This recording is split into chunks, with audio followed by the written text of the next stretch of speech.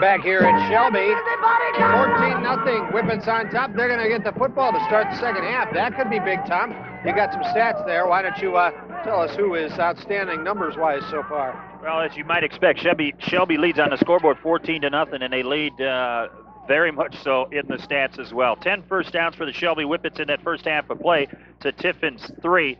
29 times they carried the football for a total of 172 yards. 1 of 6 is Stepsis in the passing department with 1 interception, 18 yards. Total offense for Shelby, 190 to Tiffin Columbians, 38. Penalty-wise, Shelby's been penalized 3 times for 30 yards. Tiffin just once for 5 yards. And if you want to really see the bottom line of this, 11 carries for the Tiffin Columbian Tornadoes, who have in Jeremiah Johnson, the league's leading rusher, minus 4 yards rushing in 11 carries for Tiffin Columbian. Turnovers are even at 1 apiece. Toby Stepsis is really 0 for 5 with the interception. The only completion was on the halfback pass, and that was the 18-yard touchdown catch by John Terry. Brad Snyder has 3 catches for 29 yards for Tiffin, as Brent Wise is 4 of 7 for 42 yards. And in the rushing department, 84 yards on 11 carries for Israel Martin, 33 yards on 7 carries for Jason McCoy, and Toby Stepsis, 34 yards on 7 carries. Second half is underway. The ball is bobbled, and now falling on the football for the Whippets is Ryan Green. So Shelby will set up shop at their own 33-yard line. And we can probably expect to see, I beg your pardon, 27. Expect to see more of the same for the Shelby Whippets. Control football. They know that as long as they keep the football in their possession, it's going to be impossible for Tiffin Columbian to score. And they did it throughout the first half. We don't keep time of possession, but I'll tell you what, it was 3 plays and a punt for most of the possessions for the Tiffin Columbian Tornadoes. How about the job Steve Hale has done here in his second year? We had a look at him just a moment ago. Steve Hale in his second year, his first year, guides him to a 6-4 mark, 3-4 in the league. Just his second season here in Shelby, and he's got him 9-0, contending for a playoff spot, an unbeaten record, and an NOL championship. Well, there he is down on the field right now, and momentarily timeout. I don't know if that is the athletic director. I don't know if the phones are not working or what the problem is. I'm not sure. Yeah, I don't know what the problem is. That is the athletic director. They're going to call Steve Hale down on the field. He's going to call his team back over while they correct whatever the problem Kevin Calvert might be. So we are. That's the farthest I think he's ever run. Yeah, he's going to be winning. He's going to need oxygen over there in that far sideline. Well, we have a timeout on the field here, and I'm not sure why. We can tell you that we're going to have a game of the week next week, but we just can't tell you what it'll be, and it's not because we're keeping a secret. We got to wait and see who gets into the playoffs and who's playing where, and those announcements are going to be made Sunday. You can watch Newswatch. I'll have those playoff pairings at 6, 10, and 11, and we will make a determination on our game of the week from there. And, of course, we'll also have scores and more next Friday evening as well. Well, it could be this team that we're looking at right now, Ted, the Shelby Whippets, although currently in 6th place with a win tonight, could pick up enough points. Or it could be Clear Fork, another team in our viewing area that has a definite shot. Mansfield Senior, an outside shot, but they're going to need a lot of help. I don't know that they're going to be able to get into the playoffs. So we have several teams with an opportunity. So hopefully we'll be somewhere next week. We do know that. And there's a look at the Dog Pound as we tell you about scores and more at 11:20 on Friday nights with Bob Cundiff, and it'll continue into the basketball season. That you just looked at, that's the Dog Pound down in the right-hand corner of the end zone that we just looked at. And one of the officers of the law was up here and mentioned that some people were asking about us, Tom, and I don't know about you, but I am not going to go down there by myself. Don't think so. No. Well, whatever the problem is, we aren't sure what it is, and apparently it hasn't been corrected yet. The chains, apparently there is a problem on the far side of the field with the chains. I don't know if they've become tangled up or what. But of all the problems to have in a game like this... That's one you don't want, that's for sure. So they are working on the far sideline. There we can see it. And let's see if they have the chains set to go. As the Shelby players, this is a little bit of delay coming out from halftime. How does this affect one team or the other? No team really going to have much of an advantage, but you're all psyched up, and then you got to wait. Well, you just don't want to see it because the kids have come out after the half. They've stretched, and they're all warmed up, ready to go. Now they're going to stand around and get cold while they're doing something with the chains on the far sideline. So instead of being first and 9.5, is that Fran?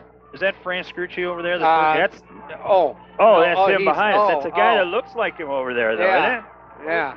I was going to say, if the head basketball coach for the Shelby Whippets was over there, that explains our whole problem. Yeah. That explains, but he's here behind us, yes. So it can't be his fault.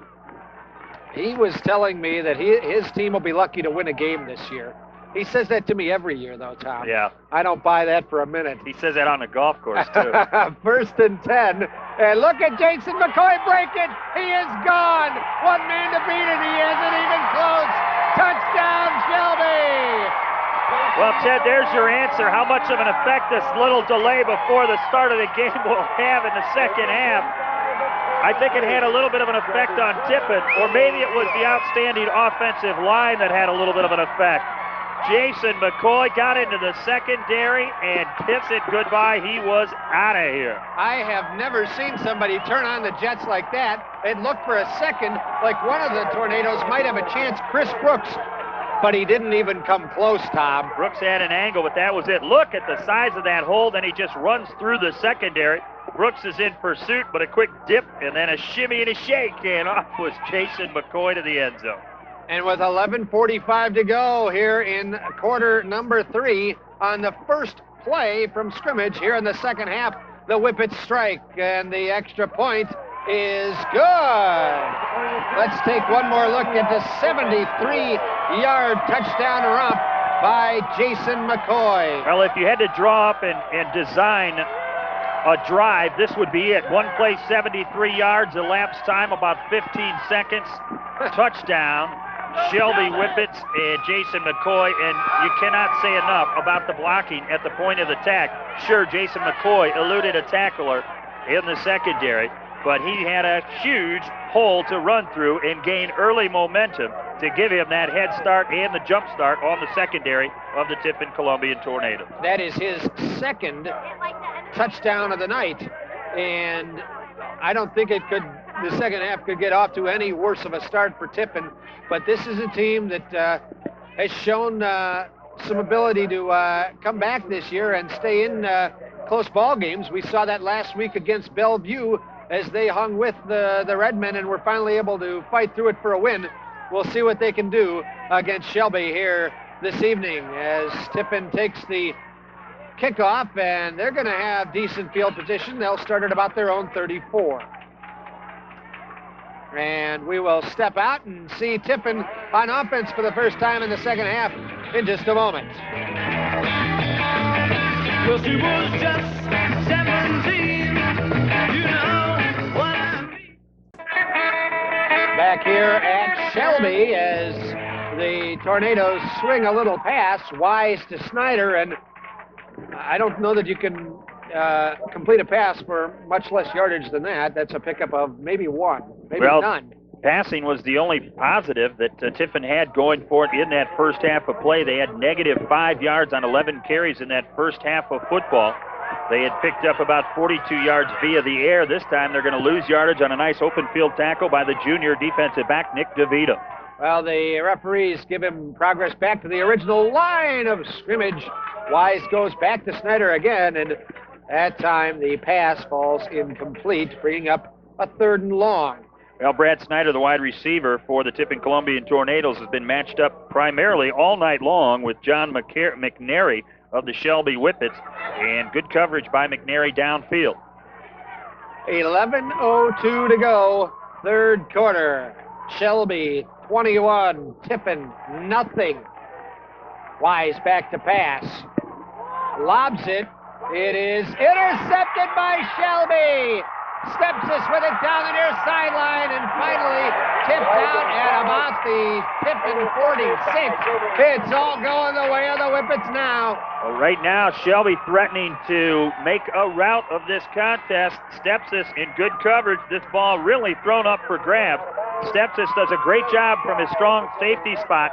Watch him come over. He's just playing center field, reading the quarterback, looking into the quarterback's eyes. He comes over and plays center field and picks it off. He had deep coverage on the intended receiver downfield. So Shelby can perhaps put the final nail in the coffin if they go up by another touchdown here in the third quarter. They have the ball at the Tiffin 46. It is an option to McCoy and a nice open field tackle on that time by Chris Brooks. Chris Brooks, the cornerback, comes up. He reads this from the get-go on the option play. His responsibility is the pitch man, and he is there to wrap up and stop Jason McCoy for a loss on the play. A loss of 2, make it 3, and it'll be 2nd and 13. McCoy now 9 carries, 70 yards. Stepsis hands it to Martin, who is initially stopped and then rumbles for a couple. He may have gotten back to the original line of scrimmage, but that's about all. Now, Tiffin Columbia now in a must-stop situation. They cannot allow the Shelby Whippets to drive the football and take time off the clock. Oh, there's the mystery man. Yeah. Fran Scritch. Yeah, he's on camera. Look at him. Look at him. You better hide. Yeah, look at that guy. He always wants to be on camera except when he's coaching. Yeah. Yeah. Keep our eye on that guy. You know, basketball season isn't that far away. That's right. His team was one of the best in the area last year, and we'll wait and see what they can do this year. This Whippet football team, one of the best in the area this year, but Stepsis is sacked on that occasion for a loss of about 4, and the Whippets are unable to take advantage of the interception. Well, on 3rd down and 10, Tiffin had a pretty good idea that the Whippets might want to throw the football, so they brought a couple of the linebackers in, had good pressure on Stepsis. Stepsis nowhere to look downfield, so he takes the stack. Not trying to force anything. They'll punt the football away with that comfortable 21-0 cushion. It's 21-0 on the Duncan Jewelers scoreboard. And we have a flag down and a Tiffin tornado down also, Brad Snyder. But we'll see what the flag is for. Steve Hale appears to be happy with the call upcoming. Yeah, they may have been holding on the blocker. We're not going to see it from this angle. There's the nice open field tackle by Steve McCoy. He's a 5'10", 165-pound junior on the special teams for the Whippets. Referees are sorting things out. Let's see, we have a clip. It's the Tornadoes. So bad, from bad to worse. Now what? Now let's see where they're going to see if that's going to give them enough for the first down, and because it was apparently before the actual possession of Tiffin Columbia. Let's see. Usually that penalty just has implications against where Tiffin would receive the ball, but apparently. Well, it was before the possession. Yeah, I guess so. They can't. Yeah, they can't. Normally after the possession, now you're throwing blocks downfield as you try to come upfield. But if you throw a clip before your man ever has possession of the football, well, then it's going to have to be taken, and it's going to be very close to a first down by maybe a yard. I think it's a spot of the football foul. I mean, right, what I want to say, where it's where the infraction occurred, and then the penalty yardage goes from there. From the line of scrimmage where it was, because it's still during their possession, so it goes. It's 15 yards from the line of scrimmage. 15-yard clip, and it was 4th and 14, so they've got a first down. Big break for Shelby. So the Whippets 1st and 10 from the 34. Option to McCoy, looking to get around the corner, not going to do it this time. Tackled out of bounds, and a loss of about 2. Well, a nice job again defensively They have done a good job in regards to the option, the third of the triple option, the pitch man. And Tiffin has been there on the outside. Good contain. They close down on the quarterback, and they're out also as well on the pitch man. It's going to be 2nd and 13. 37-yard line is the line of scrimmage, and what a pitch that time by Stepsis. Can McCoy get away? Yes, he can. He's going to get some yardage out of that. Well, that was a nifty-looking play, although it wasn't intended to be so fancy. Well, Nick Miller just closed down so hard on Stepsis, the quarterback, and that's what you have to do to stop the option.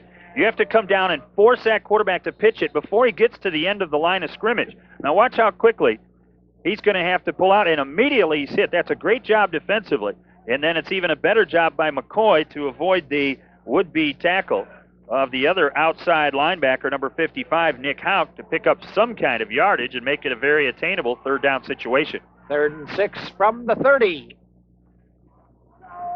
And off up the middle to, I believe it was Ingram that time. And he is close to the first down, probably about a yard shy. Well, this looks very much like the option play. However, they have two backs go through the hole, and the ball goes to the second back through the hole. And that was indeed Ingram, and he's got it down very close to a first down. They're going to call him just short as the ball rests on the 25-yard line of Tiffin. 4th and 1 at the 25. This is another big play for the Whippets as they try to put the stranglehold on the Tornadoes here in the third quarter. Stepsis with a full house backfield. Hands it off to the first man, Ingram, and if they give him credit for that forward progress, I think he's got it. Well, he jumped up high over that pile. Then as he came back down towards the ground, he was moving backward. But if they give him forward progress, and it looks like they're going to, it's going to be very close to a first down. And the referees are going to bring out the chains. I really think he could have gotten more, even a better spot. This is not a good spot, I don't think, for Shelby. Even if he does get the first down, I thought he had at least another football length forward on his forward progress. Well, let's see how it measures up. Tiffin Columbian holds. Well, that's one of those situations, Ted, where the running back Ingram might have been better advised to keep his feet on the ground and lower his head as opposed to jumping into that stack. Once he jumped into the stack, he lost all kinds of momentum and was pushed back in an unfavorable spot by the officials, and he's short of the first down, and Tiffin takes over. So 1st and 10 for the Tornadoes, and they need to get something going here quick. 6:30 to go in the third quarter, down 21-0. Wise. Play action. No, he does give it to Johnson, and Johnson picks up about 7 yards on the play.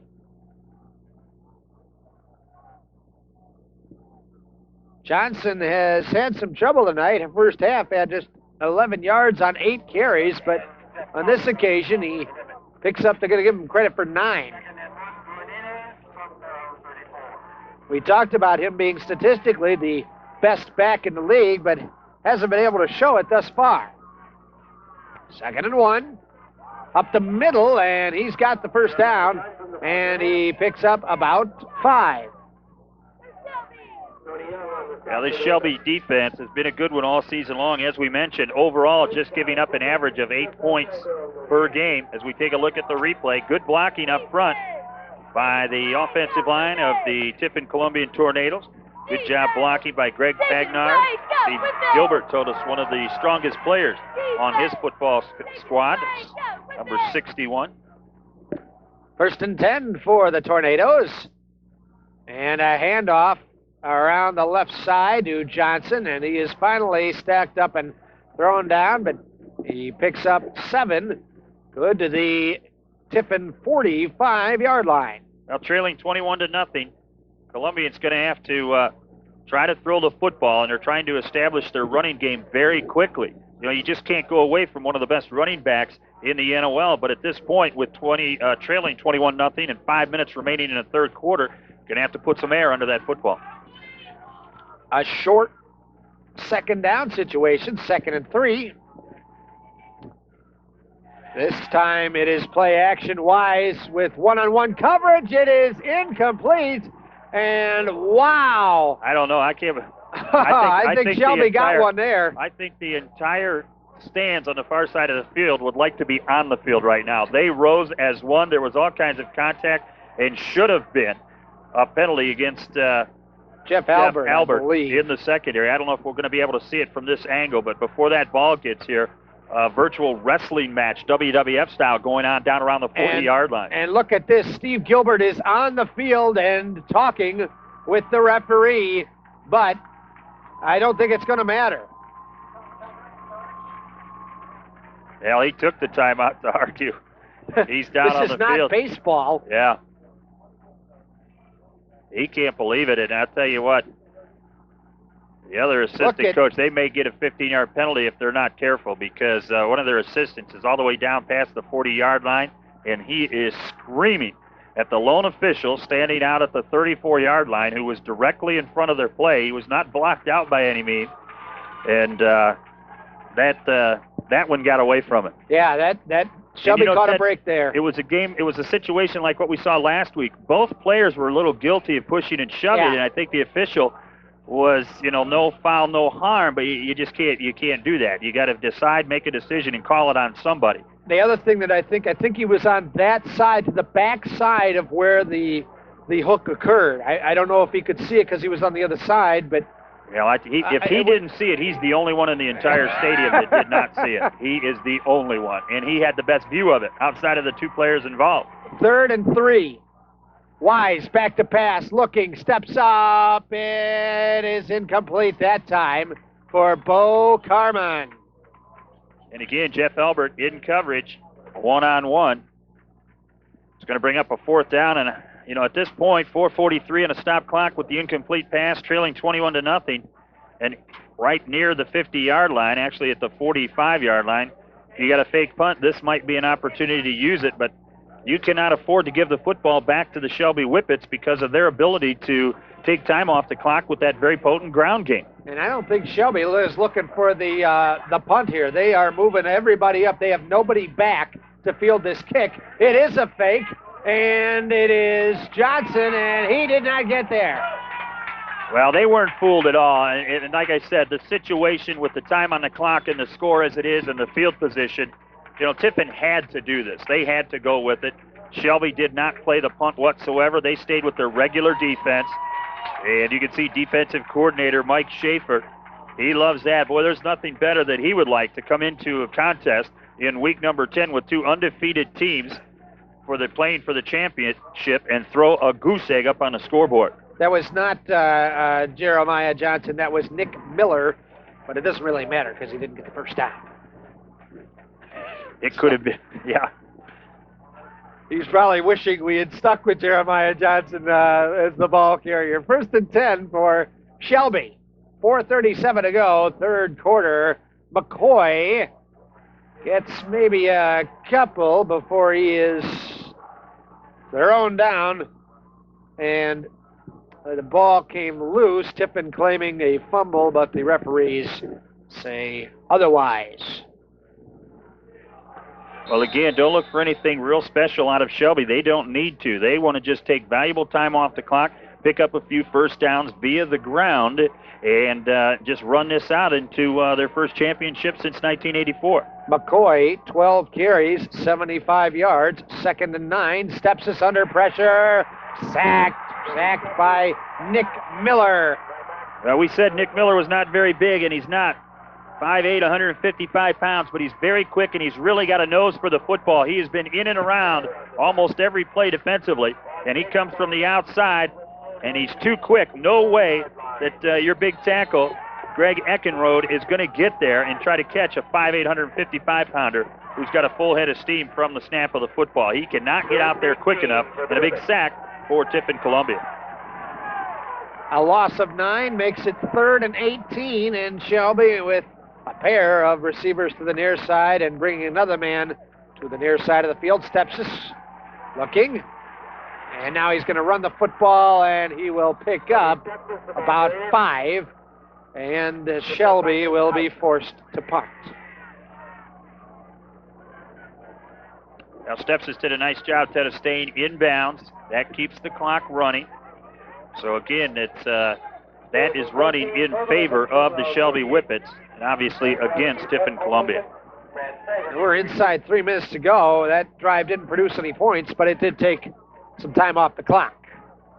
And a nice kick this time by the Whippets' Eric Will, and on the return, Tiffin doesn't get much. Well, there's an old saying, if at first you don't succeed, try again. And Joe Highland came down. He was the man that missed Snyder the first time.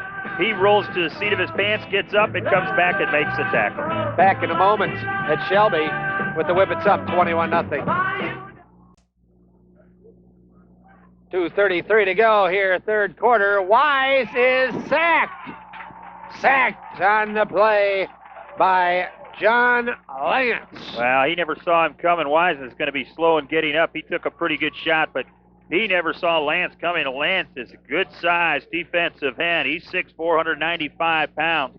Watch him from the bottom of your screen. Nobody to block him. He's the backside defensive end, and he comes in untouched for the sack. And I'll tell you what, Tiffin Columbian, very fortunate not to lose that football.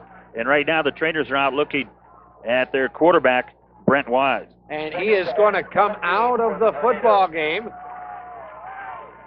And so let's see who the new signal caller is going to be. They do not provide us with a depth chart, so it'll be number 14 for Tiffin. That is Adam Oster into the game. Oster, a 6'1", 191-pound sophomore. That's not good. Have a young player like that in a big game like this, down 21-0, and they have him hand the football to Jeremiah Johnson. Johnson picks up about 3, maybe 4. They're going to give him a 4-yard gain. Well, Brent Wise is going to come right back in this situation. He was just a bit shaken up, taking that hit from the blind side by Lance, but he's right back in off the sideline. Tough kid, and he's not going to leave this ball game as long as he's physically able to play. 3rd and 13, another big third down conversion for the Tornadoes. Wise goes back to pass, and he's got Snyder tipped, intercepted by Shelby again. And coming around the near side, trying to break it down and inside the 9-yard line is John McNary. Well, this is a ball that should have been caught. It was thrown with a lot of zip on it, and it was deflected up in the air, not by a defender, but by the receiver himself. Brad Snyder had this go right off his shoulder pads.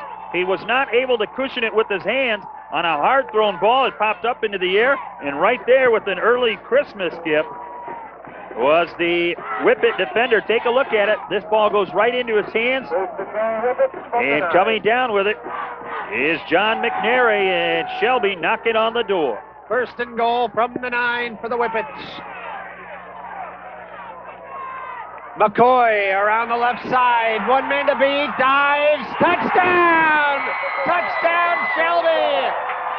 Well, I'll tell you what an outstanding ball game that Jason McCoy is having, the senior who could very well be playing his final game at Skiles Field, and it's going to be a memorable one. It could very well be the one that has clinched the title on the NOL for the Shelby Whippets. So far, a 3-touchdown performance. Take a look at it. Again, diving, extending the ball over the goal line, just as he did in that first half of play on his first touchdown. 1:28 to go, and the Whippets up 27-0, looking to make it 28.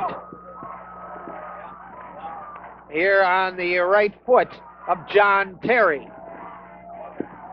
It's up and good.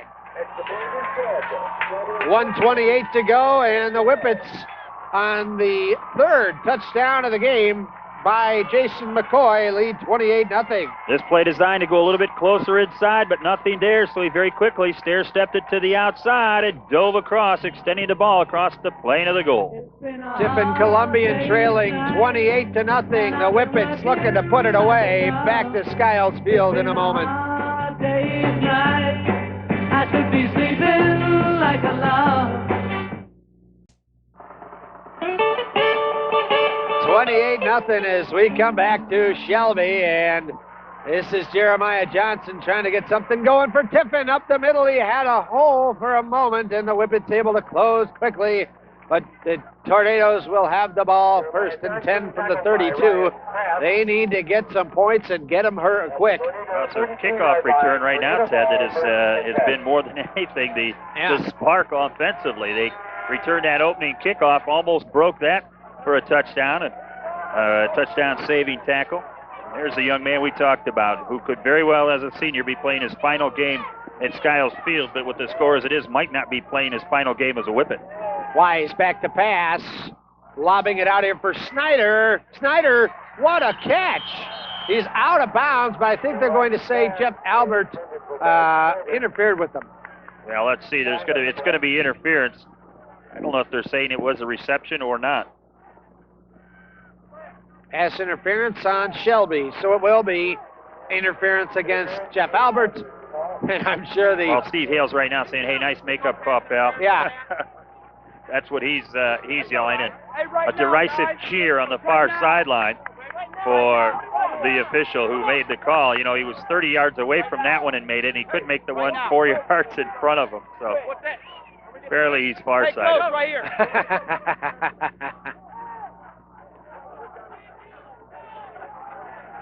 1:14 to go here, 3rd quarter.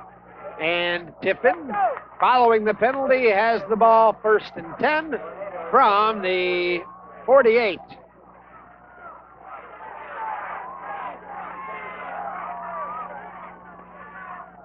Man in motion, and now it's Johnson, and a pickup of 1.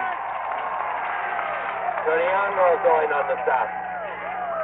Johnson tonight, 13 carries, 37 yards, hardly the statistics to indicate how important he's been to Tiffin this year, but those stats indicate how good the Shelby defense is. Oh, it is, and this is, as we mentioned, a team with, I don't want to say no stars, so to speak, but just a unit that plays very well together, much like the Mansfield senior defense. You know, 11 people that play very well together, play within themselves, and back each other up. 2nd and 8. Wise looks, and he's got his man. It is complete for Tiffin and for a 1st down on the play to Greg Hope. Nice reception on a great pass because the coverage was pretty darn good by the Shelby Whippet secondary. Good protection along the offensive line. Wise comes back and then just threads the needle in front of the outstretched hand of the Whippet defender. So, 1st and 10 as we approach the end of the 3rd quarter. Wise pitches it to Johnson, and he picks up about 4. And that will take us to the end of the 3rd quarter of play. The Whippets lead 28-0. 12 minutes to their first NOL title in 14 years. Back at Shelby in a moment. It's got a backbeat you can do. Any old time to you. Gotta be rock roll new. Now there is the Shelby Whippet, I believe the name Victory Hound, I think is the mascot's name, and looking for victory number 10 here on the 1998 season and hoping to continue that on for, well, 4 more games would be really nice. But right now, 12 minutes to the NOL title, and Tiffin Columbian 2nd and 6 from the 30. It's to Snyder, and it's incomplete. All he did was bring Brad Snyder down the field, then cuts to the outside, and it goes incomplete. He had him out in the open. He had a couple of steps on the defender, but he was unable to connect with him, was quarterback Brent Wise. Wise is now 6 of 14 for 61 yards and 2 interceptions. Although one of those was not really his fault, as the ball bounced off of the shoulder pad and hands of his intended receiver. Big 3rd down conversion coming up here. 3rd and 6. Wise. Okay, this is man Snyder, and they complete the pass, but only for a gain of 1. I'll tell you what, the defensive scheme put together by Mike Schaefer and the rest of the Shelby coaching staff has just been excellent. There has not been anything out here that they have not seen that these kids are not reading very well. 3 players defensively for the Whippets at the point of attack on the football. 4th and 5 for Tiffin. Perhaps their last gasp, down 28-0 here as we start the 4th quarter, and the Whippet faithful know the importance of this play. Wise under center, looking right, rolling right, passing, and it is incomplete. No, we have a flag, 2 flags on the play, and right away the Whippet defender, John McNary, walks away. He knows he committed the infraction that Well, time. he went through Brad Snyder to get that. I thought maybe he had come around the corner effectively enough, but the official right down in front of the play.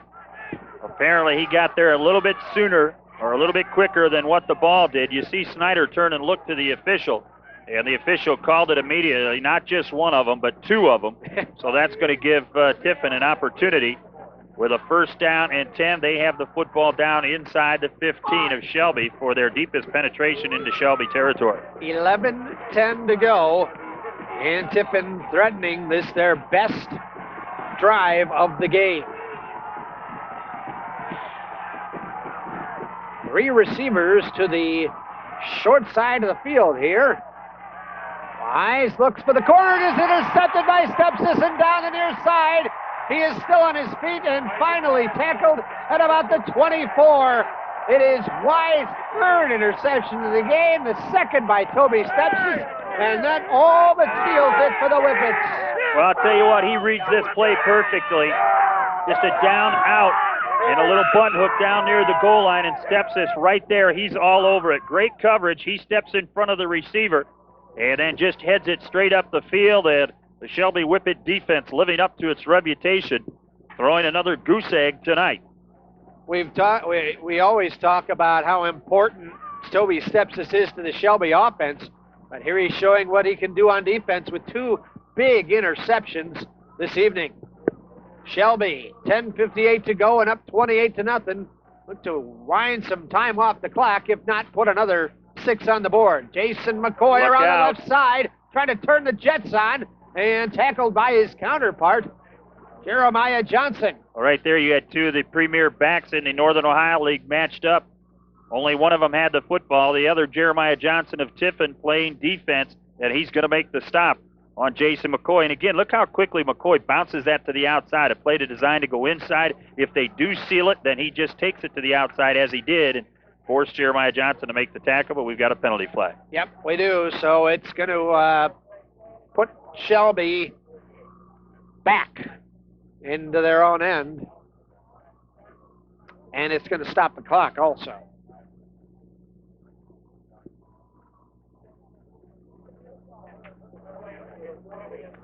Tonight's attendance officially from Athletic Director Kevin Calvert. 5,238 fans in attendance here tonight at Skiles Field. And there's the happy ones. There's about 1,200 or 1,500 or so on the other side that are not quite so happy. This field is just surrounded, and down in the end zones, they're standing 2 or 3 deep. 5-yard penalty, 1st and 15 for the Whippets. Go back to, is that McCoy or Bart Ingram that time? That was McCoy. As we remind you to join us for Bob Cundiff, and I'm sure he'll be donning the sweater soon as basketball season in the winter months draw near. Scores and more Fridays at 11:20. Pick up a 5 on the play by McCoy, bringing up 2nd and 10. And you better believe a lot of people will be tuned into that show trying to find out who won, who's out, who's in as far as playoff ramifications go. And there's 2 teams right here that could very well be playing next weekend. Not against each other, No. but playing. Steps us on the option, flips it to McCoy, who is dropped for a no gain, I guess. Looked like he might have dropped for a loss of 1, but I guess they're going to call it no gain. Again, nice job by the outside linebacker, the little fella, Nick Miller, out there to make the stop. Take a look at it on the pitch play. And really, Tiffin has had the option with the exception of the quarterback, defensing the quarterback as the second of the three options. They have had the pitch and the dive back pretty much under control. 3rd and 10 for the Whippets. 25-yard line is where the ball's spotted. Ingram up the middle, picks up about 4, and this will bring up a punting situation for the Whippets, but it keeps the clock moving as we are approaching the 9-minute mark here in the fourth quarter. 4th and 6.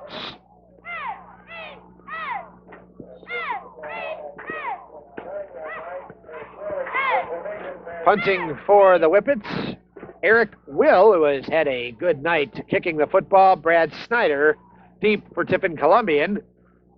And another good kick by Will. A fair catch signaled for and taken by Snyder at about the 36-yard line of Tiffin Columbian. And that's where the Tornadoes will set up shop. And Steve Hale encouraging the Shelby faithful to get on their feet here. With 8 minutes and 44 seconds to go, that's all that stands between them and the NOL title. And we have a penalty here. I believe we do have a penalty. Illegal motion against Shelby is declined, so the Tornadoes will take the football at the Tornado 36. Well, you talk about just how good this defensive unit of the Shelby Whippets is. They've thrown 2 shutouts so far this year, 28-0 against Bucyrus, 21-0 against Bellevue. They hand the ball off. No, they don't. I beg your pardon. That was Wise, and he didn't get much. Now, this is gravy time right now for defensive linemen and linebackers. They know they have to throw the football, so they can just, rear back and let it fly. And even if they run a draw, the secondary can come up and cover. So it's just a great opportunity for sack time for some of these guys along the line. We talked about the shutouts, 2 of those, and they've given up just 1 score in 4 other contests. 2nd and 13. Delayed handoff to Johnson. He's got some room, and he's got about a pick of about 9 on the play. He's a little slow in getting up as he spun, trying to get out of that tackle. Toby Stepsis just came up and hammered him. Watch how quickly the brakes get put on Jeremiah Johnson. He gets wrapped up nice and low, and a nice open field tackle right there, and then Stepsis comes up and finishes him off after Nick DeVito slowed him down. 9 yards on the play gives the Jeremiah Johnson 15 carries and 50 yards, and 3rd and 4 for Tiffin. A flip to Johnson, looking to get around the right side. He's not going to get there. He loses 3 yards. Nick DeVito again, a great open field tackle by the junior defensive back. And as we said, he's 5'8", 170. But he comes flying up to that football on the sweep. He started and he got help from some of his inside people, but DeVito comes up quickly, and it's a tackle for a loss. 6:50 to go, and Tiffin forced to punt in this situation at their own 40. A high snap, but it is a kick away.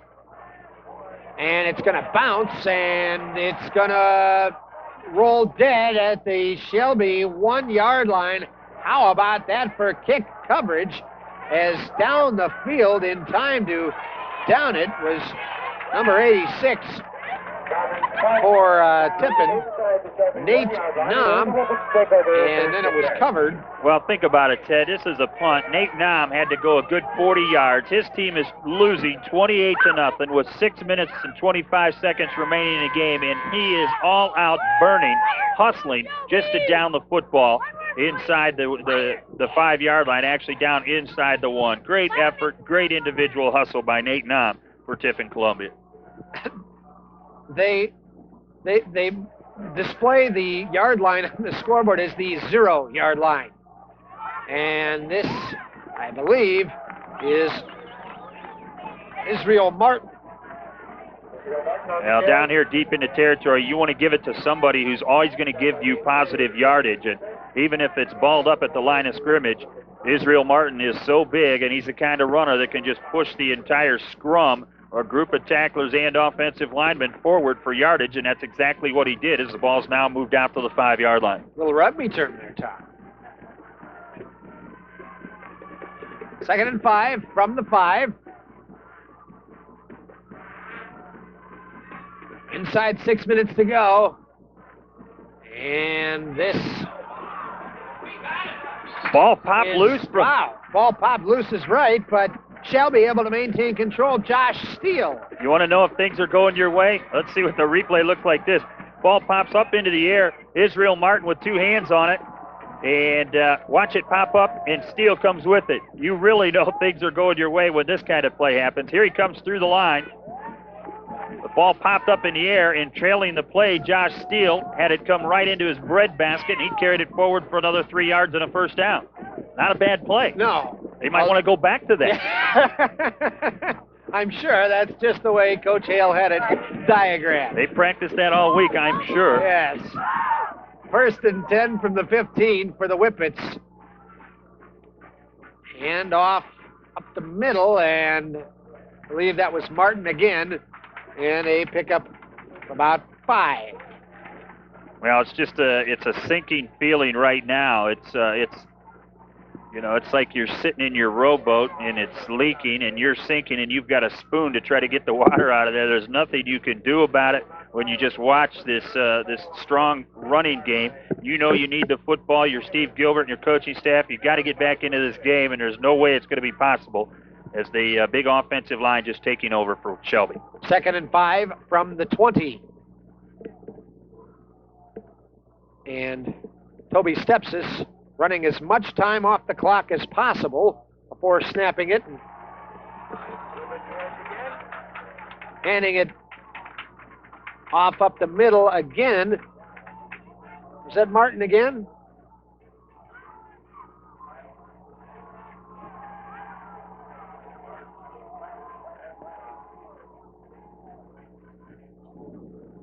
I believe that was Martin. Doesn't really matter at this point, other than for statistics. It's 3rd and 1. And now we have a timeout taken by the officials. Well, what happened is Jeremiah Johnson is bleeding a little bit, and anytime there's an open wound or blood, then you have to stop the play. The player has to leave the field, have it taped up and or covered. 3rd and 1.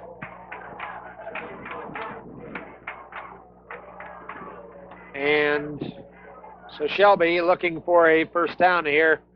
3:47 to go. 30 yard. Up the middle again. Martin picks up about...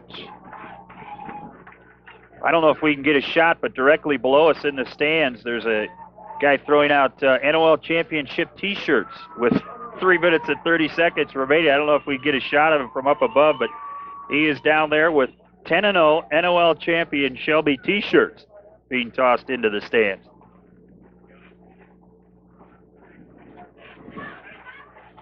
Well, 1st and 10 from the 32 for the Whippets.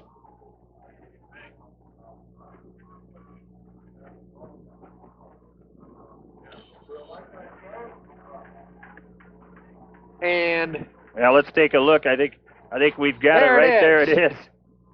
A little premature, but I think it's safe to assume that this one's in the bag. NOL champs, nice looking shirt, Ted. We might have to get our hands on one of those. Yeah. Well, if Tiffin pulls this one out there, we need an investigation, I think, at this point.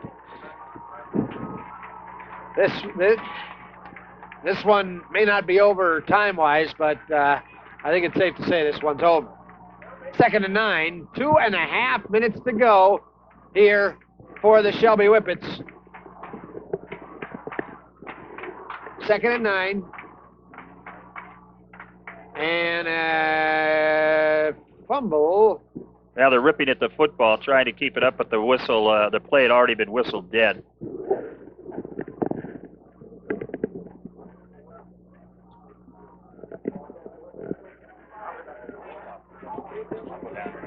Okay. 2 minutes to go.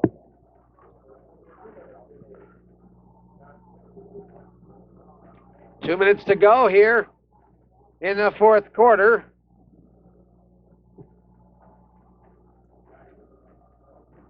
And the Whippets looking to finish this one out. Up the middle, McCoy picks up another 5 yards. So, 15 carries for him now, 85 yards unofficially, and it'll be 4th and 3 for the Whippets with 1:18 to go in the game. Clock continuing to roll, and Shelby is going to go for it. Tom Linder has left the broadcast position, hoping to catch Coach Hale or a couple of the victorious Whippets. Hopefully Tom will be safe down there as Stepsis takes the football, and he's got the first down, and it is an 8-yard gain, and that will seal it. Tiffin's not going to get their hands on the football again. Steve Hale with his hands in the air. The Shelby Whippets, the countdown is on to the first championship in 14 years.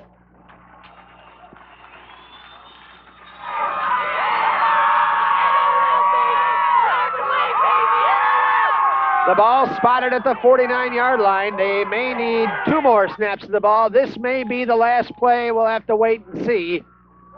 Stepsis is going to take a knee. He does so. Is that it? Do they need to snap it one more time? The clock rolling with 23 seconds to go. The Shelby Whippets on the verge of a perfect season, a 10-0 mark. We're down to 10 seconds. The crowd counting it down. 3, 2, 1. That's it. For the first time since 1984, the Shelby Whippets are NOL champions. They are 10-0, and they hope to be in the postseason party. 28-0 tonight. They knock off the previously undefeated and third-ranked team in Division II, Tiffin Columbian. We'll take a break here at Skiles Field. We hope to chat with Steve Hale and possibly a couple players. We'll be back in just a moment.